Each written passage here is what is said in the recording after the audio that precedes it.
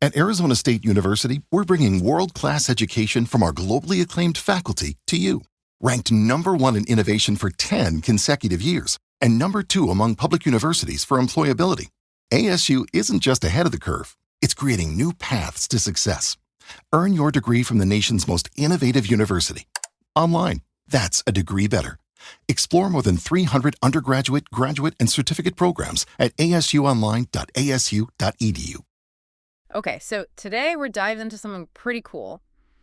Uh, it's all these searches people were making around the Wisconsin Supreme Court race. Yeah. It's like we get to look right into what people were thinking during this election. It is, really. It's like a direct line to the questions on everyone's minds.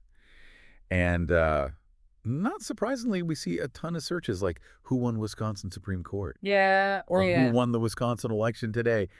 People just wanted to know, like, right away. Yeah, right to the point.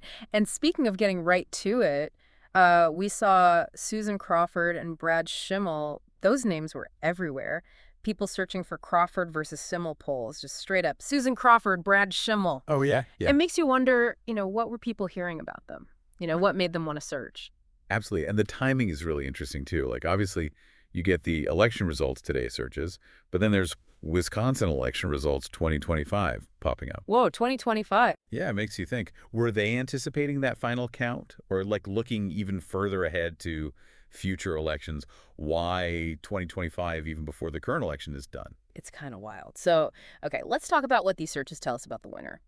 We're seeing Crawford wins pretty prominently. Yeah, it does seem like that's the answer most people were finding. But it's not just about who won. It's also really telling to see all the other stuff people were looking for. Like what? Well, like alongside those Crawford win searches, we see a bunch of searches for general election info. Things like Wisconsin election results, Wisconsin vote, and even just Wisconsin elections. So like a broader interest than just who won or lost. Exactly. People wanted to know the details. And not just the results, right? There were tons of searches about the stuff leading up to the election. Things like Wisconsin Supreme Court race polls, when do polls close in Wisconsin, and just general Wisconsin poll results. So they wanted to know what was going to happen, how to vote, the whole 9 yards. Yeah, definitely. And so we see that initial focus on who won, then the curiosity about those predictions, and then this is where it gets really interesting. Okay, I'm listening. We see searches like, why is the Wisconsin Supreme Court race so important? That one really stands out. Yeah. It shows that people are starting to get it, State Supreme Courts, they have a huge impact on things like voting rights, environmental stuff. It's not just about personalities.